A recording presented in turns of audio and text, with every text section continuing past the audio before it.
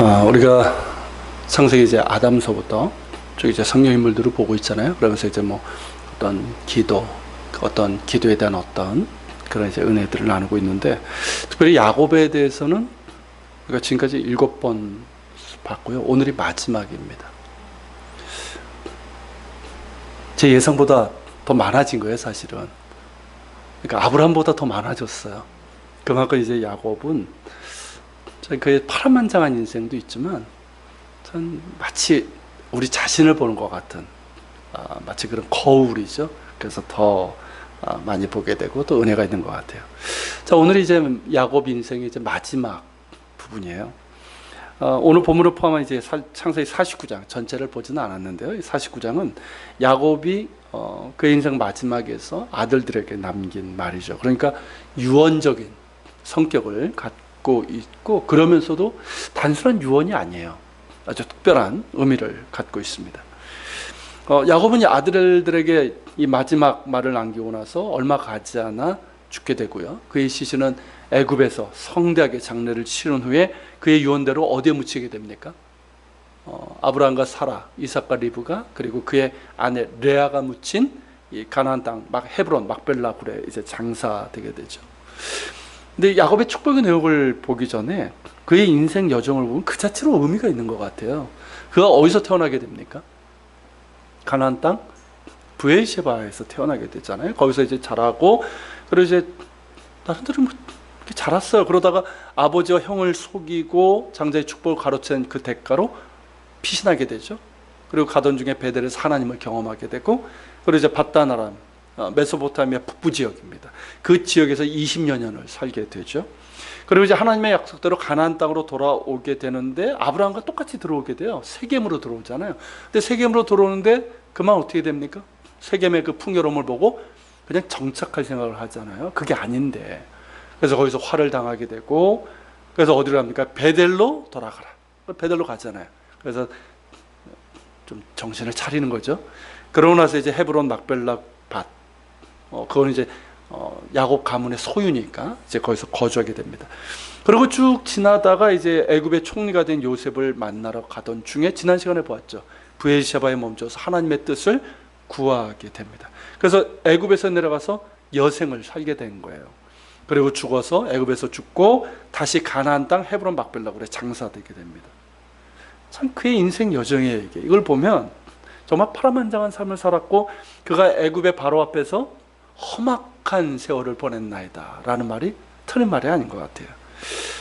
가나안 땅은 물론 메소포타미아 땅과 이집트까지 모두 경험했던 사람이에요. 그러니까 이 야곱의 인생의 여정에서 경험은 그의 할아버지 아브라함의 경험, 아브라함 역시 메소포타미아에 살다가 가나안 땅으로 들어왔다가 애굽도 갔었잖아요.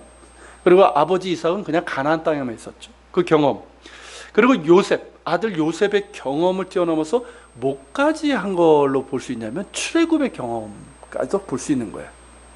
그렇죠? 먼저 나온 거잖아요. 애굽에 살다가 자기 본토 지적 아비 집으로 가게 된 거 아닙니까? 그에게는 이제 가나안 땅이니까. 그리고 간접적으로는 바벨론 포로, 그리고 포로에서 다시 귀환하게 된 것까지도 경험했다고 볼 수가 있는 거예요. 그의 새로운 이름이 이제 이스라엘이고, 그 이름이 민족의 이름이 되지 않습니까? 그러니까 그 이름답게 이스라엘의 모든 역사적인 경험을 마치 축소판처럼 보여주고 있는 거예요. 그래서 이사야서도 그렇고 성경 읽어보면 늘 이스라엘 민족을 얘기하면서 너 야곱아 이런 식으로 얘기를 하잖아요. 그러니까 그의 인생 자체가 참 축소판이에요. 그러니까 이스라엘이 하나님께서 택하셨기 때문에, 하나님께서 그들을 붙잡아 주셨기 때문에 그들이 정말 선민으로서 의미가 있었던 거지, 야곱도 마찬가지 아닙니까? 만약에 하나님이 없는 인생이었다면 그의 인생은 우리가 뭐 기억이나 하겠습니까? 그런 사람을. 그죠? 그렇기 때문에 우리가 그의 인생 여정에서 우리는 하나님의 신실하신 그 은혜를 우리가 보게 되는 거죠. 그를 이제 언약의 계승자로 택하시고 만나주시고 약속하시고 그 약속을 신실하게 이루어 가시고, 무엇보다 야곱을 이스라엘로 만드셨잖아요. 야곱 자신의 깨와 자신의 능력으로 그렇게 이기려고 발버둥치던 그런 인생에서 하나님과 관계하면서 하나님이 이기게 하시는 사람, 그런 인생으로 이제 바꾸셨단 말이죠. 그래서 지난 시간에 본 것처럼 어느 정도 성숙해졌어요? 가나안 땅을 벗어나기 전에 그의 할아버지도 안 하고 아버지도 안 했던 그 일을 하잖아요. 브에르시바에 딱 멈춰서서 하나님 가도 됩니까? 와, 예전 같으면 상상할 수 없는 그 모습이에요. 그러니까 지난주에 말씀드렸던 것처럼 야곱의 인생은 하나님이 그의 인생의 주인이 되어 가시는 과정이라고 할 수 있는 거죠. 이스라엘 민족의 축소판이고 또 우리네 인생과도 닮은 데가 많은 것이 야곱의 인생입니다. 그런가 다르게 야곱의 인생은요, 처음보다 뒤로 갈수록 아름다워요. 그러니까 처음보다 나중이 좋은 사람이에요. 그래서 저는 야곱이 참, 저도 예전에는 왜 야곱이야? 왜 야곱을 택하셨어? 막 이러다가 가면 갈수록 야곱이 좋아요. 뭐 내가 야곱이니까. 그리고 야곱처럼 처음은 좀 그랬더라도 끝이 좋은 사람, 나중에 훨씬 더 좋은 그런 사람이 되었으면 하는, 그렇지 않습니까? 그죠? 자, 야곱, 그의 처음은 아름다웠습니까? 아름다지 못했잖아요. 탐욕스럽고 떳떳하지 못했고 부끄러웠어요. 그러니까 그 야곱, 남의 뒤통수를 잡는 그 이름답게 그랬던 것이 그의 인생의 처음이었어요. 그러나 그의 여정은 점점 야곱의 모습들이 사라지면서 어떻게 됩니까? 당당하고 겸손하고 아름다운 모습으로 바뀌어 가는 거예요. 하나님과 관계하고 하나님과 신뢰하고 동행하면서 이스라엘이 되어 갔던 것이죠. 그리고 그의 인생의 마지막 순간에, 오늘 본문인데요, 그는 믿음의 사람이고 또 영적으로 깨어있고 영적으로 충만한 사람의 모습으로 그 마지막 시간을 채워가고 있어요. 참 아름다운 거예요. 누구나 인생이 시작이 있고 마지막이 있잖아요. 그건 누구도 예외가 아니잖아요. 오늘 제가 낮에 제 신대원 동기자 이제 친구 목사 어머니 돌아가셨다고 그래서 장례식장에 중앙대병원 갔다 왔었어요. 그리고 또 뭐 우리 장지사님도 또 장인어른이 그렇게 돌아가셨다는데 누구나 인생의 마지막이 있어요. 근데 이제 그 마지막의 모습을 보면 아무래도 이 믿음의 사람들 있잖아요. 제 친구 목사 어머니 같은 경우는 그 병으로 좀 고생을 좀 오래 하셨어요. 파킨슨 병으로 몸이 굳어지는 병이잖아요. 고생을 하셨는데 그런데도 그 자리가 무언가, 그러니까 그냥 막연히 막 슬프고 막 이런 게 아니라 무언가 좀 감사할 게 있고 아름다운 모습이 있다는 그런 느낌을 갖게 돼요. 이건 아무래도 믿음의 사람들에게서 느끼는 것 같아요. 그러니까 그분의 믿음과 그분의 삶의 흔적이 있는 것이고 무엇보다 그분과 함께 하신 하나님의 은혜 때문이라고 믿습니다. 우리 인생도 마찬가지 아니겠어요? 우리 인생도 뭐 어떻게 보면 쉬운 인생이 어디 있습니까? 야곱처럼 참 쉽지 않고 때로는 정말 험악한 세월을 보냈다고 할 수 있지만 그 가운데 하나님께서 함께 하시고 우리를 붙으신 하나님의 은혜로 인해서 우리의 마지막이 부끄럽지 않고 그래도 아름다움으로 기록될 수 있다고 저는 믿습니다. 하나님이 있는 인생은 아름다워요. 하나님과 관계하고 하나님을 겸손히 신뢰하고 동행하는 인생은 그 마지막이 아름답습니다. 그리스도의 향기가 나기 때문에 그래요. 그리고 그의 마지막에 자녀들을 믿음으로 축복하면서 아름다운 믿음의 유산, 신앙의 유산을 줄 수 있다면 정말 아름다운 인생이라고 할 수 있지 않겠습니까? 뭐 재산을 뭐 이렇게 유산으로 주는 것보다 신앙의 유산을 줄 수 있다는 것이 더 중요할 것 같아요. 그것이 자녀들에게 정말 존경하고 아름다운 기억으로 남게 될 것입니다. 저는 제 인생의 마지막에 우리 아이들, 손주들, 하나님께서 손주들은 보게 해주시겠죠. 손주들에게 그렇게 기억되었으면 하는 바람을 갖고 있어요. 뭐 갖고 있는 재산도 없거니와 목사인 제가 뭐 재산을 물려주면 얼마나 줄 수 있겠습니까? 그러니까 저도 그런 생각 안 하고 애들도 일찌감치 제가 교육을 시켜요. 그런 건 기대하지 말라고. 다만 이제 제 자녀들 그리고 자녀 손들에게 저를 통해서 그거는 좀, 그러니까 저 아내를 통해서 하나님을 믿는 믿음 그리고 그 믿음으로 살아가는 것이 얼마나 복되고 중요한지를 애들이 좀 알았으면 하는 거예요. 그리고 이제 부족하지만 그래도 알았으면, 그리고 이제 그렇게 아이들도 나의 자녀들도 그렇게 이제 믿음의 길을 갈 수 있다면 그것으로 충분할 것 같아요. 저 역시 제 인생의 마지막에 자녀 손들을 주님의 이름으로 이렇게 축복하면서, 그래서 제 계획이 끝까지 가지 않고 조금 힘이 있을 때, 야곱이 그랬거든요. 조금 힘이 있을 때 이걸 한 거예요. 그러고 나서 이제 세상은 또 저도 이제 그 타이밍을 잘 잡아가지고 이렇게 좀 자녀들을 축복하려는 생각을 갖고 있습니다. 그렇게 내 인생을 마무리했으면 바람이 야곱의 모습을 이렇게 보니까 더 강하게 생겨요. 여러분들도 그래 우리 모두도 그랬으면 좋겠습니다. 이제 본문을 보면요, 49장에 기록된 야곱의 마지막 말은 유언이지만 유언 이상의 의미를 갖고 있어요. 이제 12아들 하나하나에 대한 유언적인 말이지만 그것이 그들의 미래의 일, 그들뿐만 아니라 그들로부터 시작되는 지파들이잖아요. 그 지파의 미래의 일들이 포함되어 있습니다. 즉 예언적인 성격을 갖고 있어요. 그리고 축복을 담고 있어요. 그래서 야곱의 유언을 예언적 축복이라고 합니다.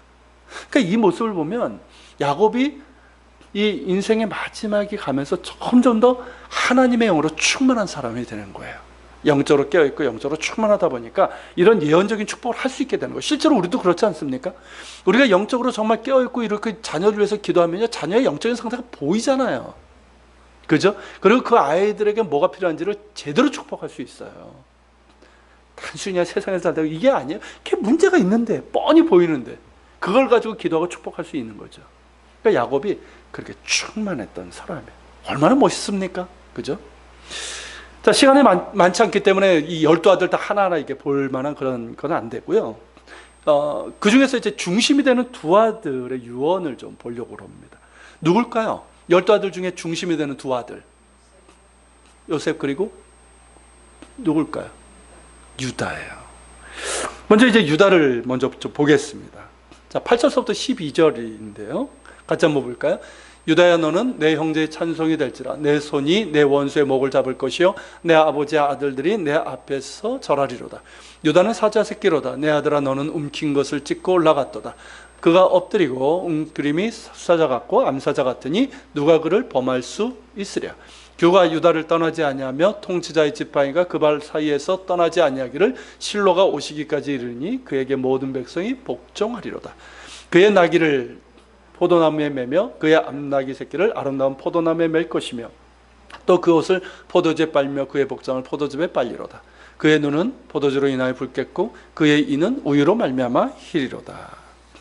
참 많은 축복이 있는데요. 특별히 이제 그 12아들 중에서 이 유다와 요셉이 그 내용이 깁니다. 그리고 내용도 큰 축복으로 그리고 예언적인 내용으로 담겨져 있어요. 이들이 중요한 건 뭐냐면 이 유다와 요셉이 이제 혈통적인 장자는 누구였죠? 루벤이었고, 루벤이 이제 아비의 침상을 더럽힌 것 때문에 순서대로라면 시몬, 레위가 장자의 역할을 해야 돼요. 근데 이 두 아들은 어떻게 합니까? 세겜에서 그렇게 이제 잘못된 방법으로 보복을 하잖아요. 그로 인해서 이 장자 역할을 누가 하게 됩니까? 유다와 요셉이 하게 돼요. 근데 사실 요 당시에는 실제적으로 장자 역할을 했던 사람은 요셉이었어요. 그리고 유다는 후에, 그러니까 장자 지파의 역할을 하게 됩니다. 그리고 이제 요셉 지파 중에 에브라임이 그 역할을 하게 되죠. 근데 이제 여기 있는 것처럼 유다는 사자지키처럼 이제 용맹하며 전쟁에서 뛰어난 공헌을 위해서 다른 지파들의 찬송이 되리라는데 그 이름 그대로 됩니다. 아주 중요한 지파가 되죠. 지도자 지파가 됩니다. 그리고 여기 보면 이제 규가 유다를 떠나지 하며 통치자의 지팡이가 그 밭에 떠나지 아니하리라. 실로가 오기까지 이 말이 나와요. 이게 이건 예언이에요. 예언적인 축복이죠. 어떤 축복입니까? 이스라엘의 왕이 유다 지파 가운데서 나올 것이다. 그리고 실로는 뭐죠? 실로? 이거는 메시아를 지칭하는 말이에요. 그러니까 메시아께서 유다 지파 가운데서 나올 것이다 라는 거죠. 자, 이 예언적인 축복이 어떻게 됩니까? 그대로 이루어지죠. 다윗을 통해서. 그리고 다윗의 후손 예수 그리스도 통해서 이게 이루어지게 됩니다. 그 내용이에요. 그리고 이제 오늘 본문인데요. 요셉에 대한 예언이에요. 자, 22절부터 26절인데, 자, 지금까지 이제 요셉이 중요한 역할을 했잖아요. 요셉에 대해서는 다음 주부터 우리가 볼 거지만 중요한 역할을 했어요. 그리고 앞으로도 다른 지파들에 비해서 우월한 위치를 차지하게 되죠. 그러다 보니까 어떻게 됩니까? 다른 지파들과 달리 요셉은 두 지파를 차지하게 되죠. 그의 두 아들이 에브라임 므낫세가 두 개를 차지하게 되잖아요. 그리고 레위는 이제 그 제사장 지파이기 때문에 거기에서 빠지게 되죠. 그렇죠? 따로 취급이 돼요. 자, 그 중요한 역할을 이제 중심 역할을 하게 될 것을 말하고 있어요. 그래서 요셉에 대한 예언은 세 가지로 나눌 수 있어요. 차고 넘치는 풍요, 확실한 안전의 축복, 그리고 하나님의 능력으로 도우심. 이런 특징을 하고 있는데 이런 축복이 실제로 요셉 삶 가운데 이미 이루어진 부분도 있고, 그리고 앞으로 두 아들 에브라임과 므낫세를 통해서 이루어질 예언들입니다. 실제로 그렇게 돼요. 그런데 여기서 우리가 주목해서 볼 것은 뭐냐면 바로 26절입니다. 자, 26절에 보면 내 아버지의 축복이 내 선조의 축복보다 나아서 영원한 산이 한없음 같이 이 축복이 요셉의 머리에 돌아오며. 자, 내 아버지의 축복이라고 그랬죠. 누구의 축복을 얘기하는 거야? 내 아버지의 축복이니까? 요셉에게 하는 말이잖아요. 야곱을 얘기하는, 자신을 얘기하는 거예요. 야곱 자신의 축복이 이 뜻이에요. 그러니까 이 말에서 바로 이제 야곱의 축복이라는 말이 나왔고요. 찬양까지 이렇게 나온 겁니다. 자, 야곱은 뭐라고 그러냐면 나의 축복이 나의 선주의 축복보다 낫다, 우월하다라고 얘기를 해요. 즉 아브라함, 이삭이 받은 축복보다 더 많은 복을 받았다라는 거예요. 정말 그럴까요? 우선 야곱이 요셉을 축복하면서 언급했던 것이 뭐냐면, 자, 지금 25절 하반절에 보면 뭐라고 되어 있습니까? 위로 하늘의 복과 아래로 깊은 샘의 복과 젖먹이는 복과 태의 복이로다, 이 말을 하고 있어요. 그러니까 하늘의 복을 제외하면 모두 뭡니까? 현실적이고 물질적인 복이잖아요.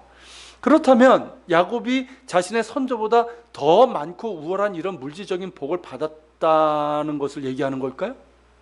정말일까요? 자, 일단 아브라함의 경우는요, 그의 재산을 받을 때, 재산을 얘기할 때 하나님께서 그 복을 주셔서 그의 재산이 매우 많아졌다라는 표현이 나와요. 근데 그 매우라는 말이 뭐냐면 메오드라는 말이에요. 히브리어로 메우드, 우리말로 매우, 대단히, 이런 뜻이에요. 이게 이제 몇 번 나옵니다. 그리고 이삭의 경우도, 이삭은 창세기 26장 13절에 보면 그 사람이 창대하고 왕성하여 마침내 거부라고 되어 있지만 성경에 보면 매우 부자가 되어 있듯이에요. 똑같이 히브리어로 메오드, 이 단어가 들어가요. 자, 그렇다면 야곱의 경우는 어떨까요? 만약에 그가 자기가 받은, 이게 물질적인 축복을 얘기한다면 자기가 받은 이런 물질적인 축복, 이런 재산이 나의 선조들이 받은 것보다 더 많다고 했다면 그의 어떤 재산을 표현할 때 이 단어가 분명히 들어가야 되죠. 맞잖아요. 매우라는 말이 들어가야 되잖아요. 근데 이 단어가 나오질 않아요. 창세기 31장 1절에 보면 그 하란을 떠날 때 그 외삼촌, 그 라반의 아들들이 야곱에 그래요. 네 재산이 어쩌고 부자가 된 것처럼 얘기했는데, 그거는 뭐냐면 실제로 막 그냥 거부가 됐다는 것이 아니라 시기가 나가지고, 그러니까 걔가 가져가는 거 보니까 어때요? 배가 아파가지고 그래가지고 하는 얘기예요. 좀 풍요해졌다, 그러니까 좀 많아졌다는 뜻이지 거부가 됐다는 뜻이 아니에요. 자, 그렇다면 야곱의 이런 물질적인 부요함이나 세상의 축복은 아브라함이나 이삭에게 분명히 미치지 못합니다. 그런데 야곱은 뭐라고 그래요?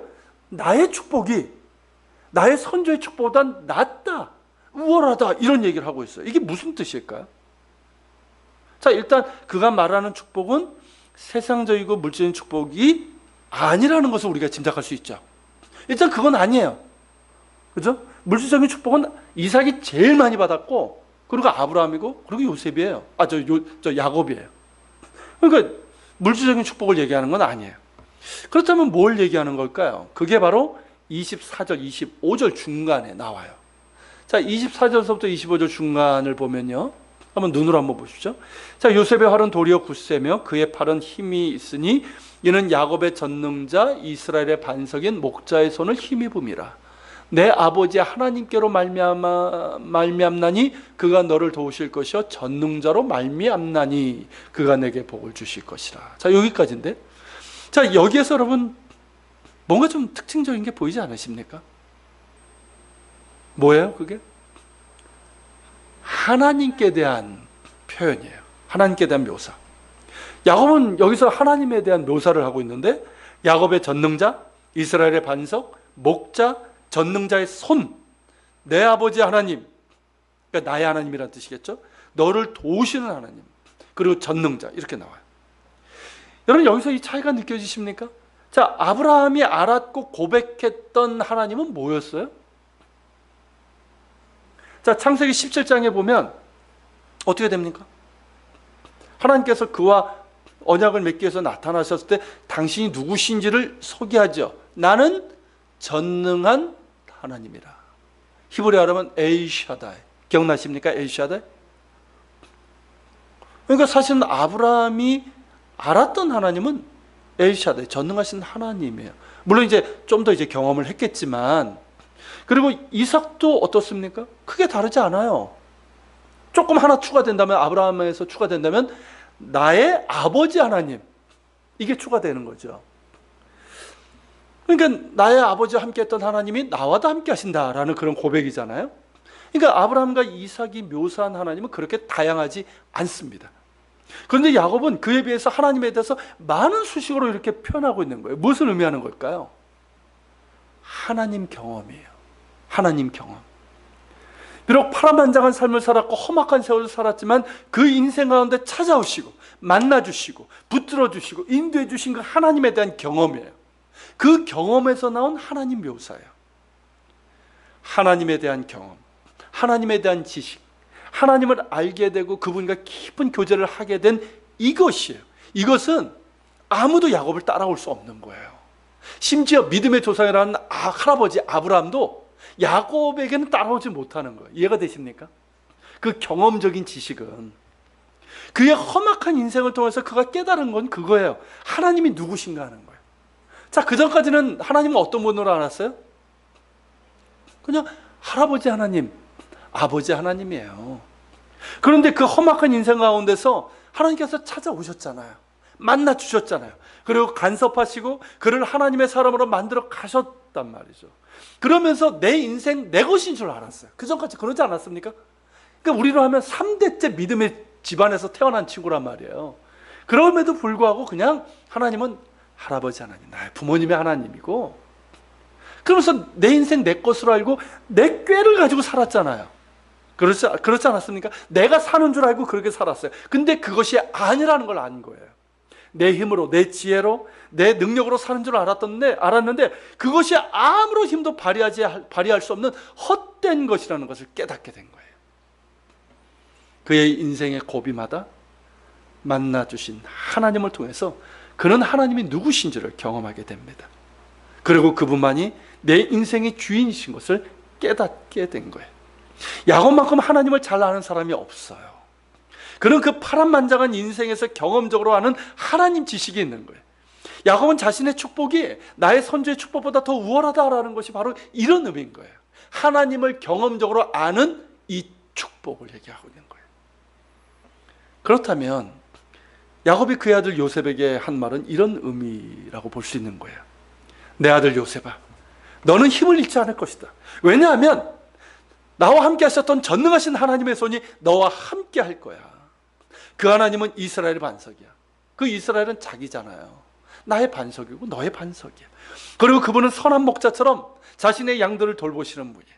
그분이 나의 하나님이신 것처럼 너의 하나님에 대해서 너를 도우실 것이고 전능자신 하나님께서 내게 복을 주실 것이야. 내가 경험한 하나님이 너의 하나님이 되기를 축복한다. 이 뜻인 거예요. 여러분, 이 고백은 하나님을 경험한 자만이 할 수 있는 고백인 거예요. 그죠? 하나님을 아는 사람만이 축복할 수 있는 내용이에요. 특별히 야곱은요, 하나님을 전능한 하나님이라고 했는데 24절에 나오는 전능자라는 말하고요 25절에 나오는 전능자가 틀려요. 우리 성경에는 똑같은 말로 번역을 했는데 히브리어 원문을 보면 틀려요. 24절에는 어떤 단어가 쓰면 아비르라는 단어인데 이거는 뭐냐면 능력이라는 뜻이에요. 그러니까 여기서 얘기하는 하나님은 어떤 하나님입니까? 하나님이 내 인생 가운데 힘이 되시고 능력이 되신 거예요. 그걸 얘기하는 거예요. 반면에 25절에서 전능자는 뭐냐면 샤다예요. 샤다이. 누가 썼던 말입니까? 아까 얘기한 것처럼 하나님께서 당신을 알려줄 때 나는 전능한 하나님, 에이샤다. 그 의미가 뭡니까? 그때 그게 99세였잖아요. 아브라함이. 그때 하셨던 말씀이 뭐예요? 죽은 자와 같았던 너와 특별히 너의 아내 사라를 통해서 생명의 언약의 아들을 주시겠다는 거잖아요. 에이샤다이라는 자체가 뭐냐면 창조하신 하나님이에요. 무에서 유를 창조하시는 전능하신 하나님, 모든 것을 하실 수 있는 그 하나님이에요. 그 하나님이 바로 나의 하나님이 되셔서 너를 도우시고 너의 힘과 능력이 되신다는 거죠. 어떻습니까, 여러분? 진정으로 하나님을 경험한 자만이 할 수 있는 고백이에요. 그가 그의 할아버지와 아버지를 통해서 알게 됐던 하나님은 엘샤다이였어요.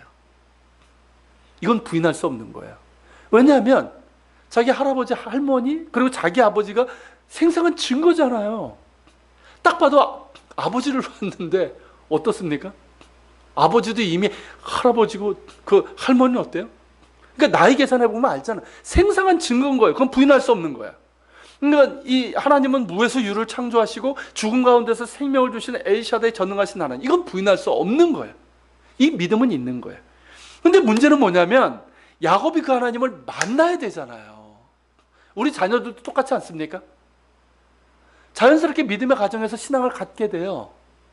하나님이 살아계신 걸 믿게 돼요. 근데 문제는 직접 하나님을 만나야 돼요. 인격적으로.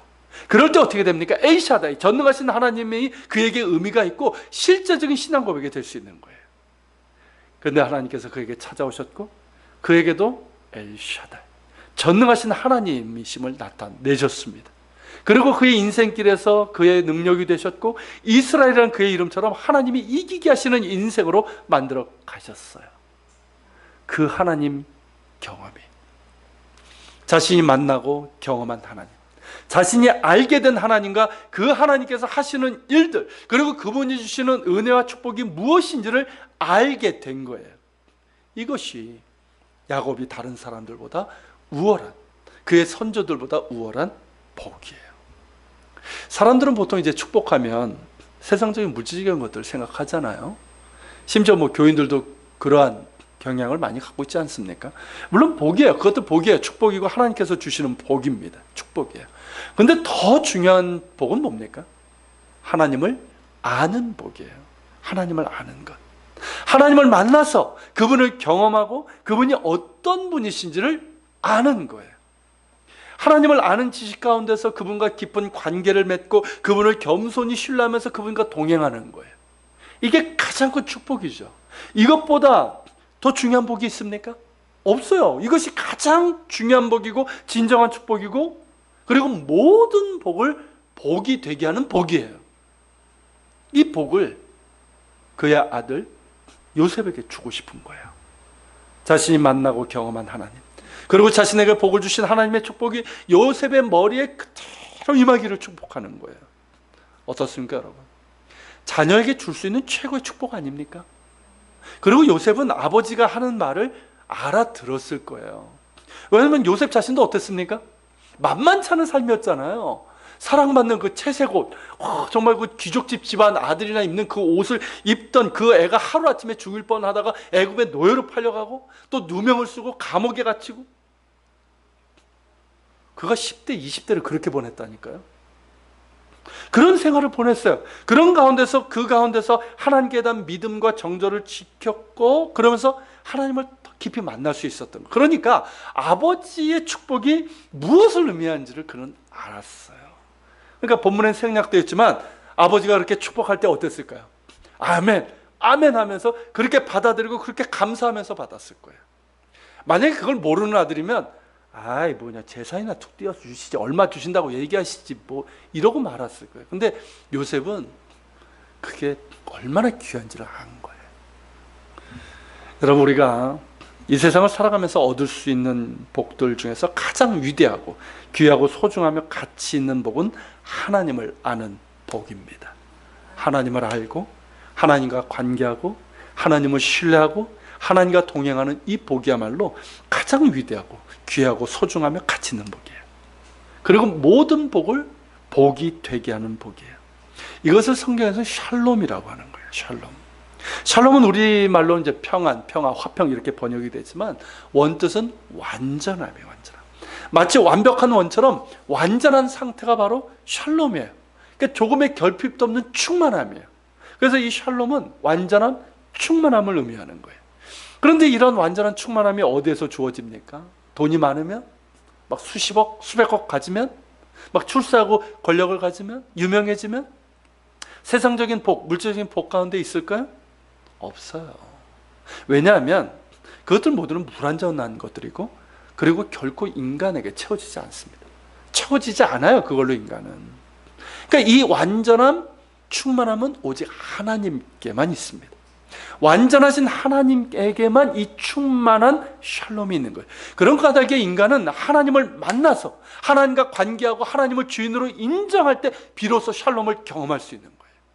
그리고 하나님을 사랑하고 겸손히 신뢰하고 그분과 동행할 때 더 깊고 충만한 샬롬을 누릴 수 있게 되는 거예요. 그래서 샬롬을요, 관계복이라고 하는 거예요. 성경에서 말하는 축복은 관계복이에요. 소유의 복이 아니에요. 관계복이에요. 이 샬롬의 복을 누릴 때 모든 복이 비로소 복이 되는 거예요. 그냥 부자라고 해서 복이 아니라는 것이죠. 하나님과 관계에서 샬롬할 때 부가 복이 되는 것이지 그냥 부자 되는 자체가 복이 아니라는 거예요. 하나님 없는 부, 하나님과의 관계에서 샬롬이 없는 그런 부는 뭡니까? 복이 아니라 오히려 화가 되고 저주가 될 수 있는 거예요. 모든 복이 그러합니다. 세상의 모든 복이 정말 복이 될 수 있는 것은 하나님과의 관계에서 샬롬하는 거예요. 그럴 때 모든 것이 비로소 복이 될 수 있는 거예요. 그리고 이 말은요, 우리가 하나님과의 관계에서 샬롬의 복을 누릴 때 우리가 설령 그런 세상적인 복이 없다 할지라도 어떤 상황에서도 그는 복이 있는 자로 살아갈 수 있다는 거예요. 그렇죠? 하나님의 충만하신 샬롬을 누리고 있는데 뭐가 문제입니까? 돈이 좀 없어도 불편한 거, 그건 불편한 거죠. 좀 건강이 좀 안 좋아도 역시 불편한 거예요. 힘든 건 힘든 거지만, 그렇지만 하나님의 충만한 샬롬 가운데 있으니까 어때요? 복된 자로 살아갈 수 있는 거예요. 그리고 무엇보다도 전능자의 능력 가운데 살아갈 수 있는 복이 있는 사람이 될 수 있는 겁니다. 그 어떤 것에도 묶이지 않아요. 그러면서 오직 하나님께만, 주님께만 묶여 있는 거 아닙니까? 그러니까 주님께서 이기게 하시는 인생으로 살아가는 복된 사람이 될 수 있습니다. 그러니까 신앙은 다른 게 아니에요. 하나님을 아는 거예요. 신앙생활은 뭐냐면 얼마나 그 하나님을 깊이 알아가는가 하는 이 과정이고 이 싸움이에요. 그리고 우리의 삶의 여정은 그 하나님을 알아가면서 그분과 관계하고 그분의 은혜와 축복 가운데 살아가는 거예요. 이게 인생이지, 이게 축복이죠. 그러기에 우리의 삶에서 가장 중요한 것은 하나님과 관계하는 시간입니다. 우리의 삶 가운데 찾아오시지만 이미 예수 그리스도를 통해서 우리에게 찾아오시는 하나님을 날마다 깊이 만나고 또 겸손히 신뢰하고 동행하는 시간들이 우리의 삶 가운데 있어야 합니다. 그것이 가장 중요하고 우리의 삶에서 진정한 축복입니다. 이런 복을 누리는 사람, 이런 복을 누리고 산 사람이라면 그 자녀들에게도 이런 복을 주고 싶지 않을까요? 그렇지 않습니까? 그의 인생의 마지막을 보면 실제로 그가 어떤 삶을 살았는지 알거든요. 아무리 목사 장로여도요, 뭐 권사여도요, 그의 마지막을 보면 그가 어떤 신앙과 어떤 삶을 살았는지 볼 수 있어요. 근데 이렇게 정말 하나님과의 관계 속에서 누리는 샬롬이 진정한 복인 줄 알고 그렇게 살아왔던 사람이라면 그 인생의 마지막에서 자녀들에게 이런 복을 주고 싶지 않을까요? 세상 사람들처럼 그냥 자식에게 그냥 재산을 물려주는 것을 그치지 않고 내가 만난 하나님, 그 하나님을 자식들도 만나기를 원하고 내가 경험하고 내가 아는 하나님을 자식들도 경험하고 알기를 원하지 않을까요?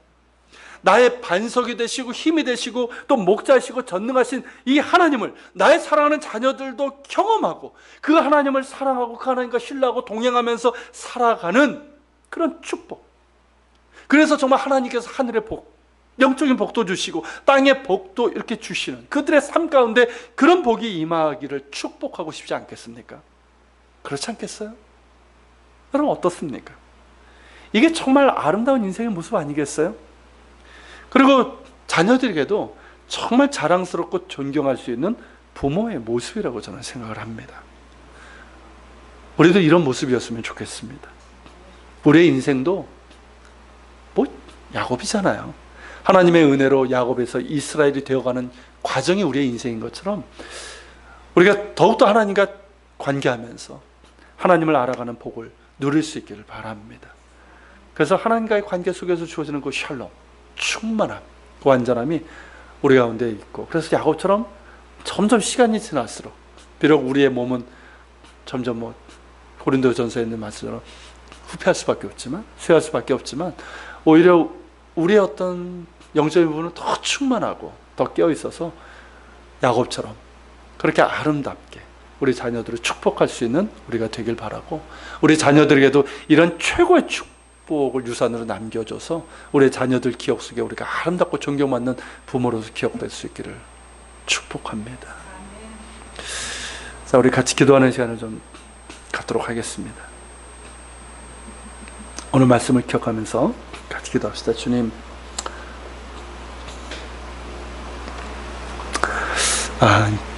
자, 우리가 8번에 걸쳐서 야곱의 인생을 보았는데, 야곱의 그 마지막이 참 점점 갈수록 참 그가 좋아지는 모습이 참 부럽습니다.